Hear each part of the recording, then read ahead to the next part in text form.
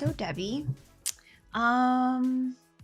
what is it like working with your daughter? You mean, what's it like working with you and specifically? You're my daughter, right? Well, I'm your only daughter, so I guess, yeah, to both questions. Yes, you are my only princess. Sorry, I was trying to think of like a good hook, so that's what I don't know. Well, first of all, I'm Debbie Wong. And I'm Marla Wong. And together we are the Wong Real Estate Group. And this is Real Times in Real Estate, our podcast. Yes. Yeah. So was it like working with you? Yeah. I have to say that if somebody told me that I was going to become an adult person and then become a businesswoman and then have my daughter work with me as a business partner, not that I would not believe that that would have happened, but I would have been like, really, you think that's going to happen? Because oftentimes, we see realtors, even if they work in teams, that they're usually solopreneurs. And but it's kind of heartwarming when you see families work together or create a legacy business by working together. So I really think that that's what we're doing here. And so I'm delighted to work with you. Besides, we get along really well. You have to admit. Yes. Yeah, for the most part. Yeah. What do you think makes us get along so well? I think we both have really strange senses of humor. Like we just crack up at the funniest thing. I mean, whenever we go on a Wong woman adventure, like whether it's at Paris or Washington, D.C., I mean, we just spend the entire time laughing. And it's over the silliest things. And I don't even know what we laugh about. I know, we just why are we laughing? I don't know, but it's hilarious. Yeah. And so, I think we get along really well because we both have kind of a weird sense of humor. And we're both kind of nerdy, actually. Okay, so first of all, we have Wong Women Adventures. I think that's kind of nerdy because we named it. But also we have t-shirts for it too. We make t-shirts. Yes, we make t-shirts. And we have matching berets and we match. And we take photos like huge nerds. I know. It was funny because we were on a 3-day trip to Paris and we were in our hotel room, and it's kind of like a no frills, no thrills kind of place, but it was very clean, very cute. It. I liked it too. It was walking distance to the Eiffel Tower. Yeah. So the headboards have these Eiffel Towers. So we were 3:00 in the morning. We put on our striped t-shirts and our berets, and we're like, because it was my first trip where I earned a little extra money, and so I paid for it, but I couldn't afford the Eiffel Tower view suite. But we had this great painting of it, and so it was actually the Eiffel Tower, when you get there, it's really tall, so it's hard to get a photo of it anyways. So we took one in our room with the Eiffel Tower. That was so funny. And then there was it looked great, and everyone was like, "How did you take that shot?" And it's because the Eiffel Tower, you get there and it's you don't realize how tall it is. It's hard to get in a selfie. I know, but it was fun because I posted that on Facebook, and then a friend goes, "Oh my gosh, my wife's a flight attendant and she stays in that same hotel. I recognize the headboard." That was hilarious. I know, we're goofy. Yeah, but we do like to have fun. And well, then first of all, we got to Paris because you were like, "Yeah, we could totally do it in a weekend." And it's do you know what we had to? We didn't sleep. Yeah, do you know how hard it is to see Paris in a weekend? You have to not sleep. Yeah, and we Ubered everywhere. That was hilarious. It was so fun. But that was probably the weekend where we totally went off our diets. We drank champagne and ate pate. And croissants. Oh my God. Yes, crepes. And then what else? Lattes with milk. That was so good. Real milk, not almond. Yes, that was amazing. What a culinary experience. Yes. Oh, and the desserts and the Eiffel Tower restaurant is so that was really good. Truffle foam changed my life. Yeah, truffle foam. Who would have thought truffle foam? There was a thing, right? I mean, they served it to us, and I'm like, hey, there's something foamy in my plate. But it was delish. Yeah, it was so good. It was amazing. Life-changing. Definitely. Yeah. I'll never forget it. Yeah, I would really like to go back to Paris for the truffle foam. Well, and the Louvre, we spent 6 hours there. I know. We spent all day at the Louvre. It was so amazing. It was so fun. I love that. But where else is a really beautiful city to hang out in and just you'd go for the day and see the sights? Is San Francisco. it's just like Paris in that you can spend the entire day in San Francisco and see so many different things and really enjoy it. You know, and I think people that live in San Francisco, like we do, you know, or close proximity, it's like you don't really get to do the things that other tourists come to do. Like I've never been on a cable car. What? Oh my God, I can't believe. Okay, we are definitely going on a cable car. You know? Oh my Lord. That's like the best thing to do. Cable car riding. It's so much fun, especially like if you're going up by the Fairmont.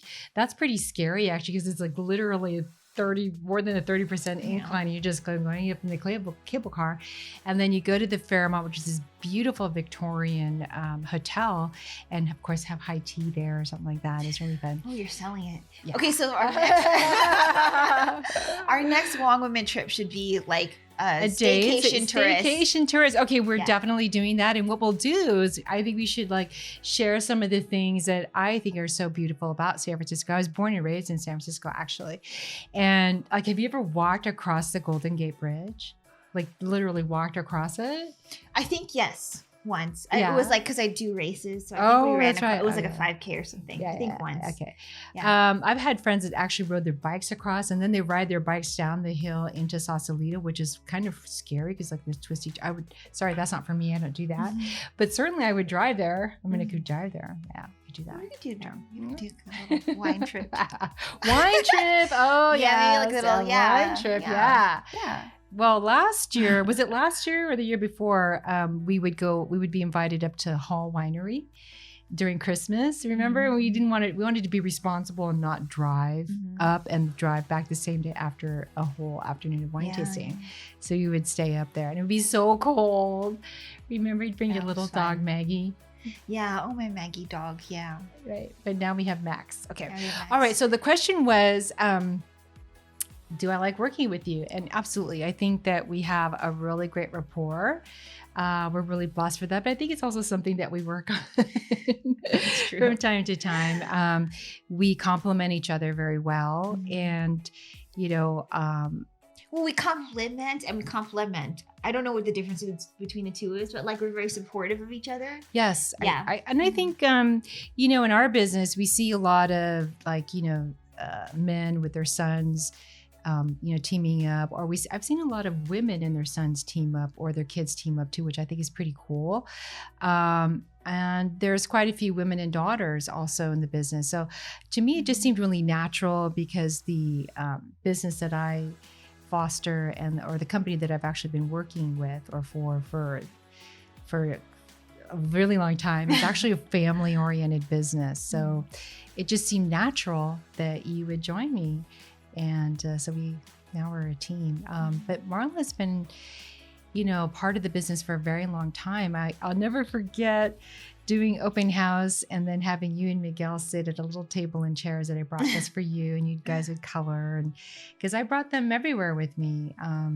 I would go door knocking and you'd have your little Catholic school uniforms on, and people would be very willing to open the door to a woman with two little kids. So, we try to sell cookies too.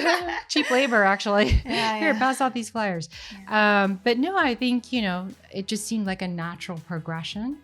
And you with your anthropology major in college, I think it's just perfect. I have a sociology major, so it's just perfect. Yeah. Sometimes we come across things that make us laugh or that make us, you know, think about, you know, how we can improve the experience that our customers have and be very thoughtful in a very thoughtful way. So I think we definitely complement each other in that fashion. So why do you like working with me? Well, I like working with you because you are very knowledgeable and you're like one of the best people I know. I know a lot of realtors and you're one of the best that I know. Okay, I'll pay you later for saying that. No, but also like you're gracious and kind and like that's the kind of realtor that I want to be. Like I want to model you because not only are you like successful and knowledgeable and hardworking, but like people like you. You know, you're a really likable person. You're always like very kind and you always want to make sure that everybody's happy, like even if they're like the other agent or like, you know, sometimes the attorney or whatever.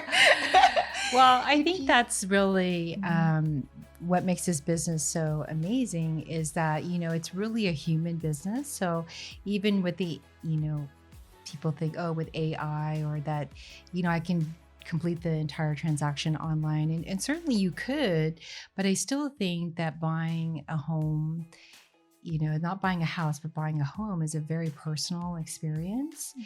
And I don't think robots could totally replace that.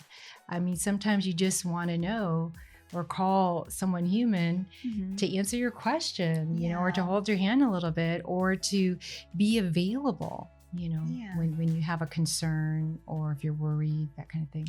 Mm-hmm. So I think it's a very human experience. Yeah.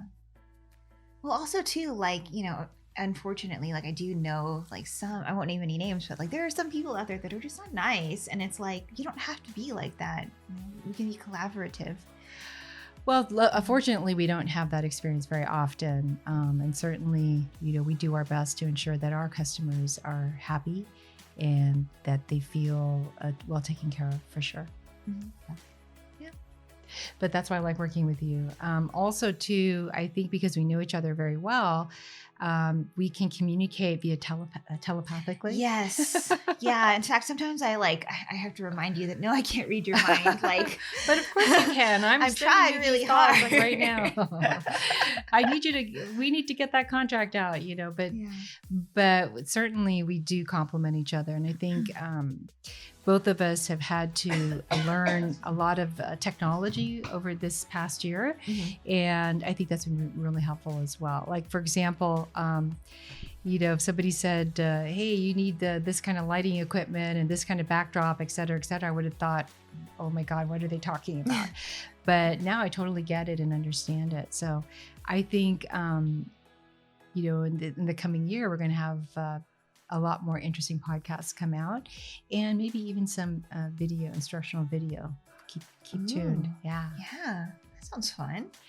But for those of you that are thinking about working with your daughter or your son or your kids or your spouse or your friend, just working with another person, I suppose. Yeah, but I think it's important to understand where you can complement each other, like where are your weaknesses, where are your strengths. I do remember that, like when you hired me, because I did have to like interview and everything, it's like a business partnership, not just nepotism, but we had to do a SWOT analysis. I remember that. Yes. You remember what it stands for? Strengths? Yes, strengths, weaknesses, opportunities, and threats. Yeah. And actually we're going through some business planning right now. And I think that's the other thing too, that, family members take the business seriously like we do, obviously. Right now, we are at the end of the year and we're doing business planning right now, and we're planning for next year and setting goals and, putting together budgets and things of that nature. So I think that's important if you're thinking about working with a family member. Yeah, like take it seriously. Well, you can't take things for granted. You can't take things for granted. Yes. You have to communicate still. Communicate. Sometimes, and I think also remembering to be polite, because sometimes, when there's a lot of familiarity, the niceties can dissipate sometimes, like if you forget something, just say, hey, would you mind helping me out here? That kind of thing. Yeah. So I think asking for help when you need it. That's what I learned this year. Like, oh, I don't have to do everything. You're not going to be like super mad at me if I can't get it, or I don't get it right away.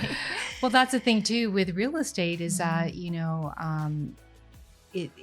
I like to think of when you're first starting out, you're like a pearl.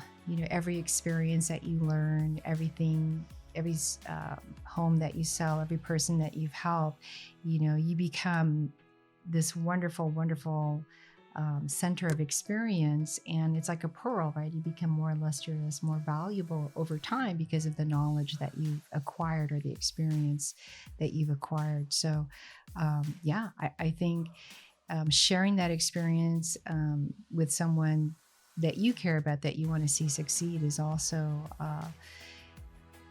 it's probably one of the best things that you can do, especially if you've got quite a bit of knowledge or quite a bit of experience under your belt. So I would highly recommend that. And it doesn't matter what kind of business it is, whether it be real estate or retail or some other type of business, family-owned business.